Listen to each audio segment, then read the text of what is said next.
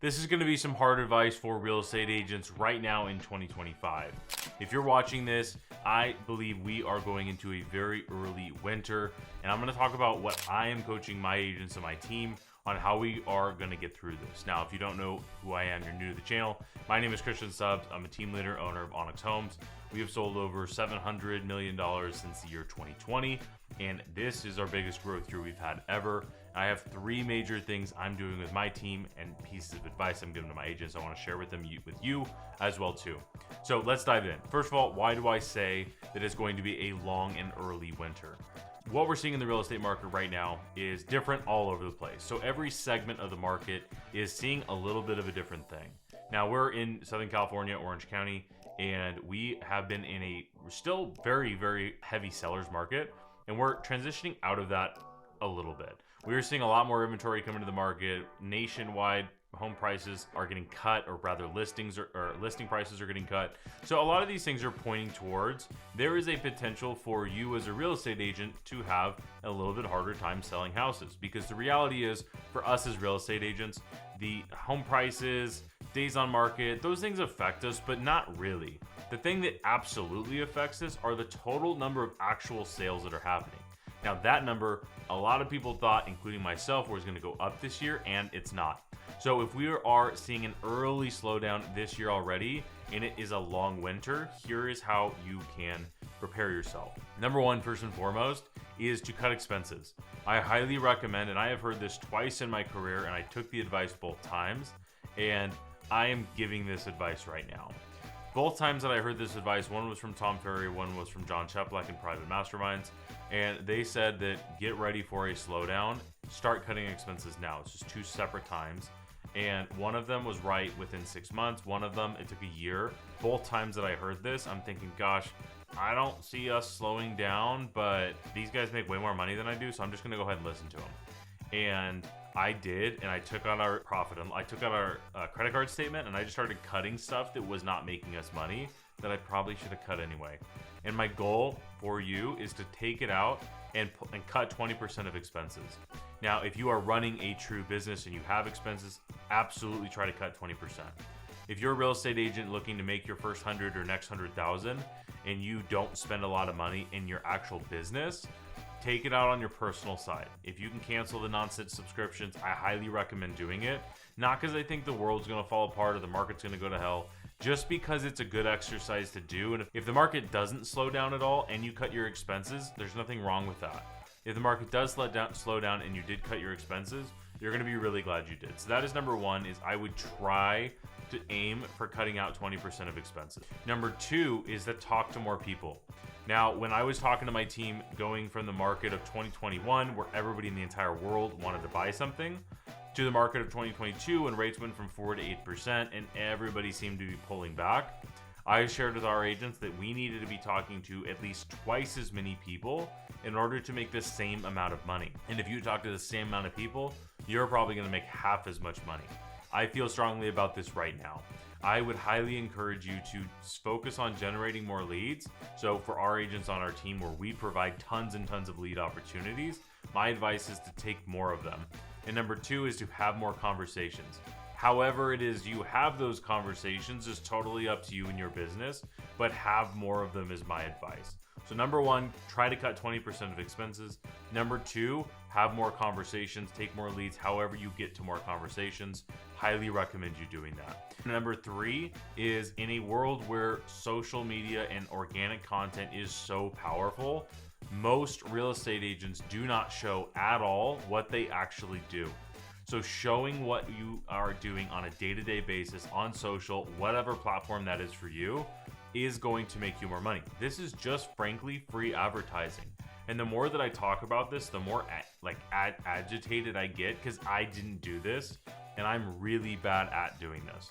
So I'm talking to myself and I'm saying this as well too, is like, I can sit here and take a picture and I can post this on my social media showing that I am actually behind the scenes filming videos right now at 5 o'clock on a Thursday. And most people have no idea what I actually do as a business owner, because I don't post the behind the scenes of doing it. You as a real estate agent, here's a really real example, and COVID ruined this. but most consumers think us as real estate agents open up doors and make too much money. Why do they think that? It's because that's all they see. All they see is you opening up the doors and they get a DocuSign and then you get paid. So a lot of the times the consumer does not see, and we don't show them. That's our fault. It's not the consumer's fault. Think of it this way, is listing in 2021, they got 18 offers and sold for $100,000 over asking price in one day, right? The postcard reads, sold in one day for $100,000 over asking. Well, what does that show? It shows that the agent put the sign in the yard and made money in a day. And it's like, well, how hard did they work? When in reality, the seller reached out to the agent, probably interviewed several agents, chose that agent for a particular reason. They had a strategy and they prepared the house. They prepared a strategy. They prepared a market analysis.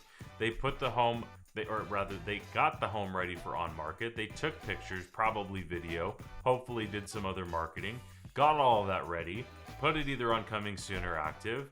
They scheduled open house, they did private tours, they scheduled cleaners, they got the home, they negotiated multiple offers, they did inspections once they got the offer under contract, they negotiated repairs or didn't, and then they closed the deal. All of those things happened, and the only thing anybody ever talks about is just listed, just sold.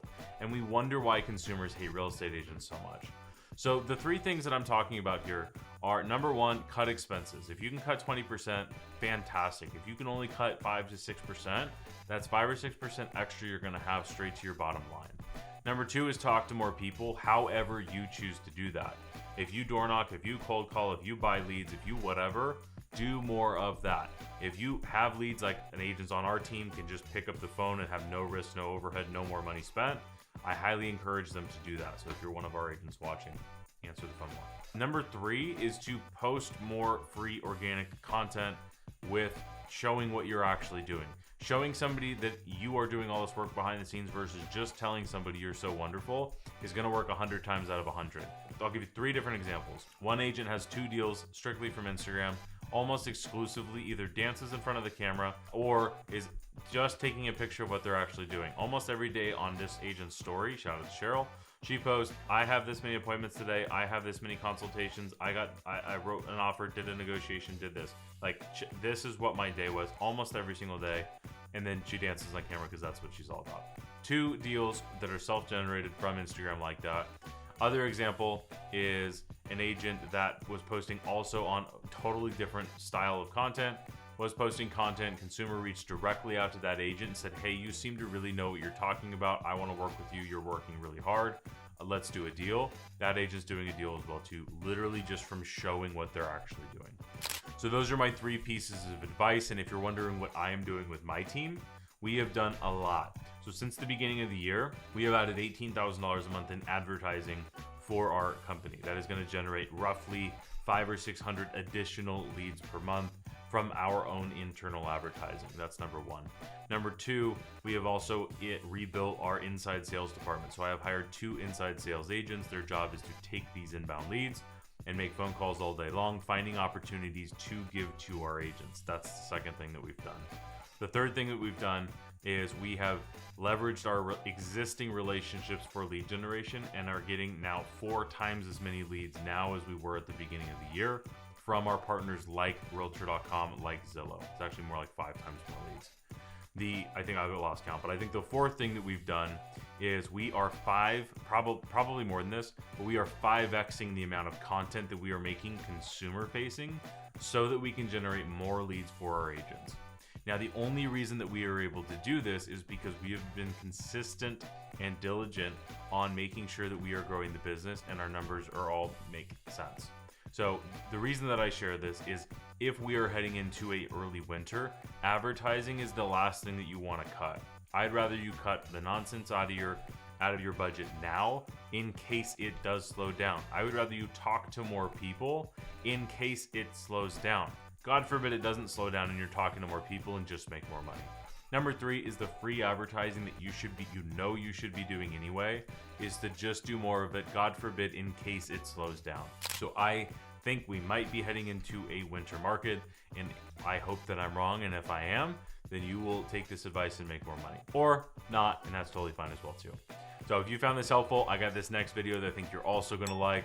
Again, my name is Christian. I appreciate you watching. I'll see you in this next one.